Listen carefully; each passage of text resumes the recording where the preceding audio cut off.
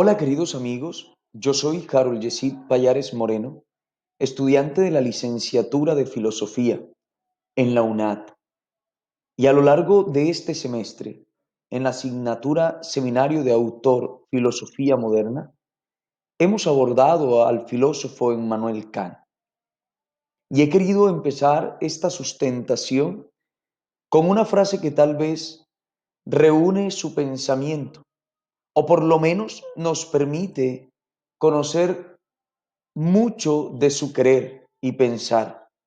Recuerden que Immanuel Kant viene de una familia luterana y evidentemente todos estos procesos y circunstancias en las que le tocó crecer irán moldeando su manera de concebir la historia y la vida. La voluntad de Dios no es simplemente que seamos felices, sino que nos hagamos felices a nosotros mismos.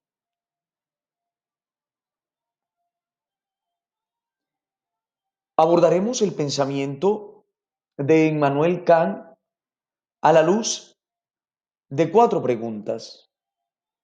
¿Qué puedo saber o conocer? ¿Qué debo hacer?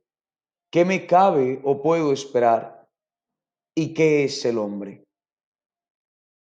¿Qué puedo saber o conocer? Recuerden que Immanuel Kant nace en medio de un periodo en el que había tomado fuerza la Ilustración. El racionalismo propuesto por René Descartes tenía muchísimos defensores y se entendía el conocimiento como aquella realidad que sólo se podía alcanzar mediante la razón. Era el único camino, era la única vía. Ya René Descartes había hecho saber que los sentidos nos engañaban. Por eso era necesario que nos fiáramos solo de la razón. Sin embargo, Immanuel Kant también conoce el pensamiento de Hume, que apela al empirismo y comprende que es importante. Sin embargo, sabe que el empirismo en sí solo y tomado de forma absoluta no basta y no llega a una respuesta total, puesto que el empirismo solo puede demostrar aquello que conocemos desde la experiencia, pero más allá no se atreve a dar un paso. Ante estas dos realidades con las cuales se encuentra Immanuel Kant, hace una propuesta que él llamará método trascendental, una vía tal vez intermedia entre el racionalismo y empirismo, una vía que permita articular estos dos elementos que, si bien tienen mucho de verdad y de importante, tomados cada uno por aparte y de forma absoluta, termina por darnos solo una verdad parcial. En este método trascendental propone el apriorismo, que consiste precisamente en entender que hay unas ideas y unos juicios a priori en los que podemos evidentemente conocer el objeto y acercarnos al objeto y descubrir en ese objeto algunos elementos, poniéndose entonces ahora al centro, no al objeto, sino al sujeto. Y es tal vez el cambio copernicano que hará Kant, puesto que desde Aristóteles se pensaba en el objeto y desde el objeto y la esencia de este mismo se buscaba comprender y conocer la verdad. Sin embargo, con Kant no se pone al centro el objeto, sino el sujeto que conoce. Y el juicio, es decir, la manera como se acerca, hablará de algunas categorías que serán importantes. Juicios a priori y juicios a posteriori. Serán estas dos realidades en las que se articula entonces el racionalismo y el empirismo, puesto que al objeto lo podemos conocer de manera racional con las ideas a priori, es decir, aquello que sabemos aún sin la experiencia. Podemos saber que algo es pesado, que algo es alto, sin necesidad de haberlo experimentado. Pero él también hace referencia en Manuel Kant a los juicios a posteriori y tiene que ver directamente con aquello que sí tenemos que experimentar para poder dar una respuesta de lo que son.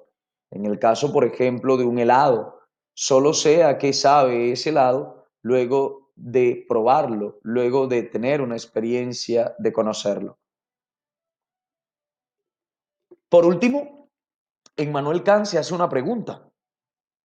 ¿Puede uno conocer desde este apriorismo, desde estos juicios, toda la verdad del objeto?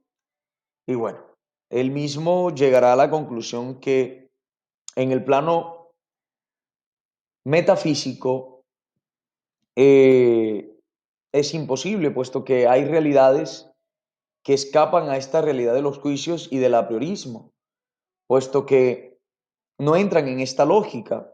Las matemáticas y otras ciencias sí entran, pero en el plano metafísico, las realidades como el mundo, como el alma y como Dios tienen que abordarse desde otra perspectiva.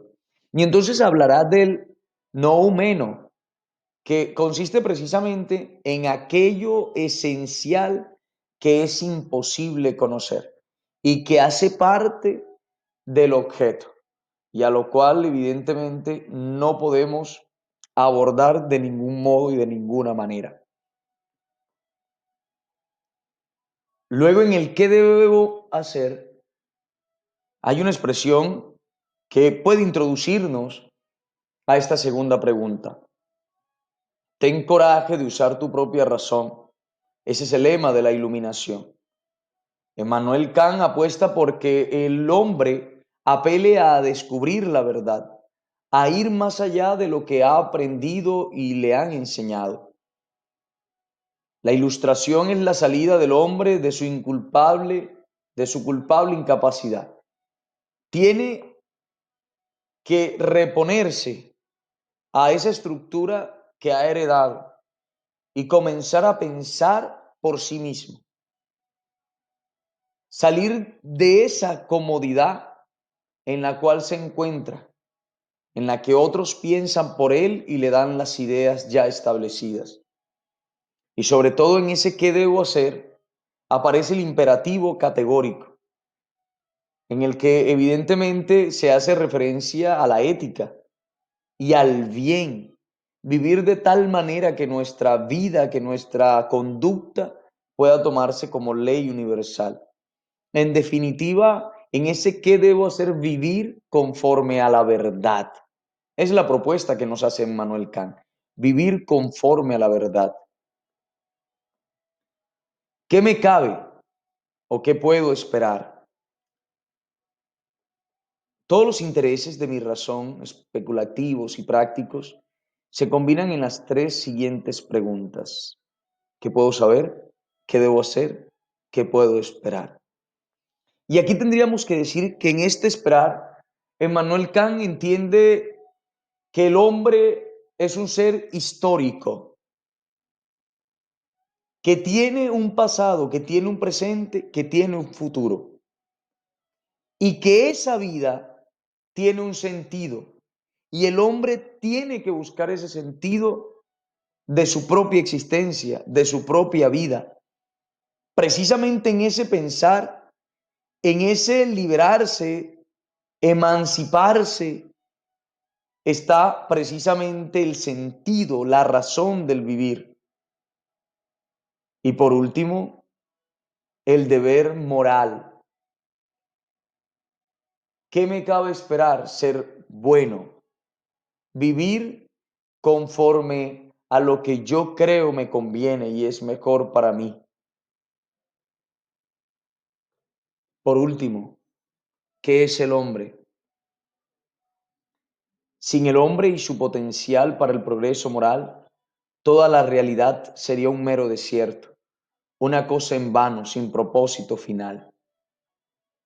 Kant pone al hombre al centro y desde allí, entonces, puede explicar que es un ser autónomo, libre, y se debe precisamente a toda la capacidad que tiene para pensar su vida, su existencia, y para establecer un modo de vivir, un modo de existir, un modo de estar. Expresa su autonomía a través de la razón y la libertad. Son dos elementos claves y que evidentemente nos distinguen del resto de animales. Apuesta Kant por una razón pura. Y en esa razón pura entiende Kant que la razón que usa el hombre debe ser independiente, debe ser objetiva, debe ser personal, concreta, pero también universal. Una ley universal, conforme a eso debe vivir el hombre. Una ley universal denominada por la ley moral, es decir, por las acciones, por la bondad, por la verdad y la voluntad. La ingratitud es propia de la maldad en el mundo, Immanuel Kant. Muchas gracias por acompañarme a lo largo de esta presentación.